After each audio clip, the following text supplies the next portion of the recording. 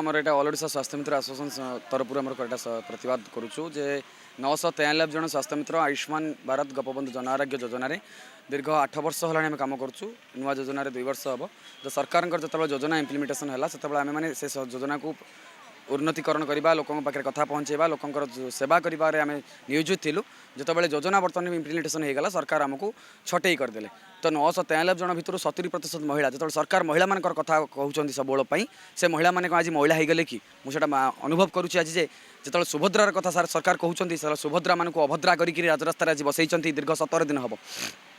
आज्ञा जितेबाला जगन्नाथ निजे निज मथारू फुल खसई पार्टी जितेबाला दक्षिणकाली निज मुंडर फुल खसई पार्टी गाधुआ पानी आम पाखक आसी पार्टी आशीर्वाद स्वरूप सरकार कहीं निदा पथर रूपे शोचती आम जानू किंतु गोटे कथा आम सरकार पाखे गोटे दाबी दीर्घ 17 दिन है आम ये रखीचु राजरास्तार बसीचु 993 जन परिवार रखी आज्ञा 4.5 कोटी ओडिया सेवा करने आमको सुजोग दिंतु एवं आम दरमा अधिक मागुनु आज्ञा आम छटई को प्रत्याहार करूँ आम छटई प्रत्याहार करके आम जो दरमा दौले से दरमा आमको